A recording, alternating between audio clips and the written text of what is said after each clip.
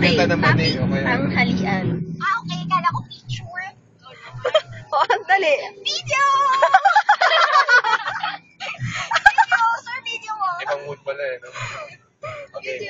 Ito yung Adventist ng school ng Adventist. Sige, tour guide.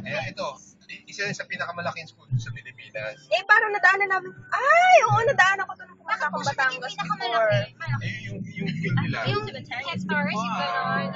Okay. Tapos hindi sila sakop ng text ng mga shed dahil sila on its own. May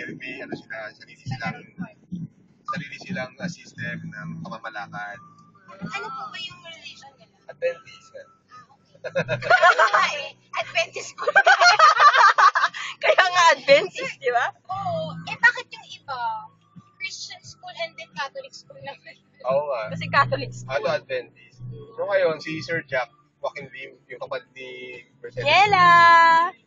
Nela! Hi ka, Nela! Inuulan dati dyan. Video! Hindi sila kumakain ng talaga dyan, vegetarian. Kaya kung gusto nyo bumili ng mga... Meme si Vegetarian Nela. pa ng mga Adventist. Oo. Dapat doon ako. Vegetarian. Hindi ako pwede. Mahilig ka sa karne? Opo. Ayos niya. Eh di ibig sabihin puro sila anemic doon dahil hindi sila Pwede nga puro nagkakaroon. chips lang kakain. Meron bang religion na chips? Oo, pwede ba yun? Nakakatawa nga yung mga pagkain nila eh, mga karne nila na parang karne, pero soya lang. Yan si Sir, dapat tunaran. Maraming ano. Oo. Historian yan. So, yan. Nakikipagpatalbugan pa nga kay Nikita dun sa sa Russia. Talaga? Yung hindi papalit? So, yung ano ba, yung may building daw na ganito, napanood daw niya sa movie na binomba. Ano yun? Anong movie? Ano naman yung share ni Sir? Yan. Hindi, basta merong, ano diba, parang merong building o parang architecture ba Chinese dito sa Russia. Ano sa Russia? Oo. Ano nasa movie na St. pinasabog. James Bond. Oo. Pinasabog ko. Ano nangyari? Ano nangyari?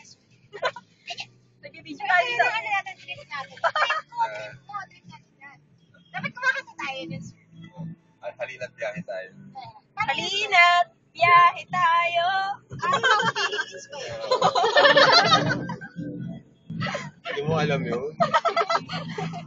Wow! Yan ang kanta ng ano ngayon, Pilipinas kay ganun. Ay, wala rin, di ba? It's more fun in the Philippines. It's more fun.